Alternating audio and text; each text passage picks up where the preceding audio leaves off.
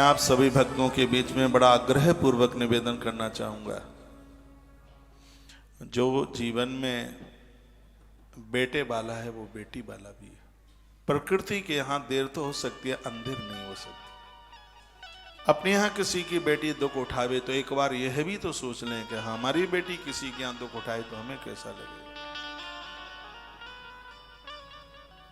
और यह बिल्कुल जरूरी नहीं है कि सब दोष कन्याओं में ही होते हैं, लेकिन यह दुर्भाग्य है कि बेटों के दोष दिखते नहीं हैं और बहुओं के दोष बहुत जल्दी दिखने लगते हैं।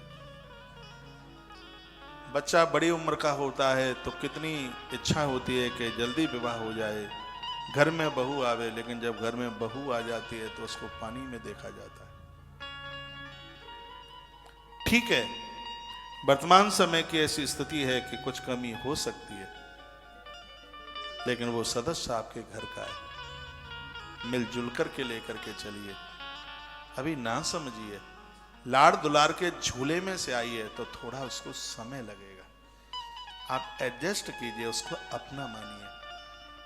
जब उस घर में सासू ससुर का उसे लाड़ मिलता है, दुलार मिलता है, अरे वो तो हाड़ मांस की मानवता को लिए हुए है। लाड़ दुलार में तो गैया भैंस भी बदल जाती है, बस पंछी बदल जाते हैं। इसने हमें लाड़ में दुलार में इतनी बड़ी ताकत है, इतनी बड़ी शक्ति। 3 दिन से मैं आपके बीच में रुक्मिणी मंगल को केंद्र में रखता हुआ एक विवाह संस्कार के ऊपर बहुत कुछ बातें बोली हैं। भारतीय परंपरा, प्राचीन मर्यादाएं, प्राचीन परंपराएं, यदि इनको जिंदा रखा जावे तो इस भरे कलयुग में सतयुग का दर्शन होगा, किसी भी चीज का अभाव होगा ही नहीं। मैंने उन बहनों को देखा है, विवाह से पूर्व उनकी बहुत बड़ी दुनिया होती है। उनके मौसा, मौसी, बुआ, फूफा, पूरा कुटुंब खानदान, उसकी कितनी बड़ी दुनिया होती है। छोटी होती है, शादी में जाती है, बुआ की बेटी की शादी में गई, कितना बड़ा उसका विस्तार, कितना बड़ा आकाश उसका होता है। लेकिन विवाह के बाद वो अपने पति और पुत्र में सिमटी रह जाती है। जिस माता पिता के बिना वो रह नहीं पाती थी, और जब कहीं माता पिता कहीं बीमार भी हो जाएं, उसका इतना मन होता है जाने का, लेकिन छोटे छोटे बच्चे वो छोड़ करके नहीं जा पाती।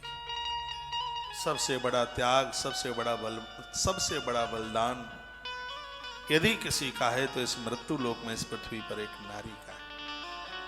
नारी का हौसला बढ़ाइए, उसको बुलंद कीजिए।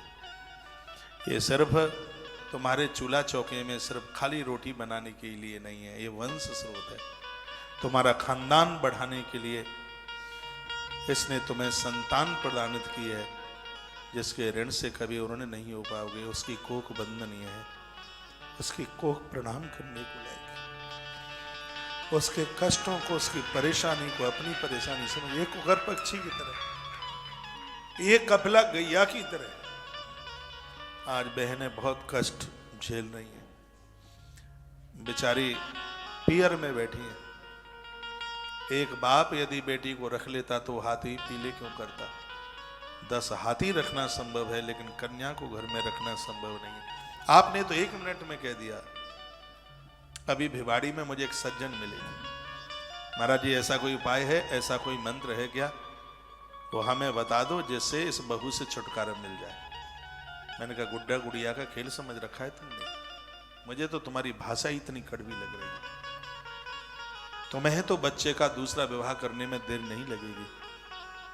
उसको देखिए जिसने 22 साल 25 साल बेटी को पाला, अपना सब कुछ समर्पित कर दिया, उसका भी तो ख्याल रखिएगा। ये सब दोष कमियां आप ये कहें बधू में ही है, नहीं। पुत्रों को भी समझाइए, आप भी थोड़ा अपना मिजाज ढीला कीजिएगा, उसे लाड़ करें, उसे दुलार करें। और मैं तो कहूंगा, समाज में जो लोग बहुओं को स्नेह प्रेम नहीं दे सकते, वो अपने बच्चों को कुंवारा रखें, विवाह ना करें।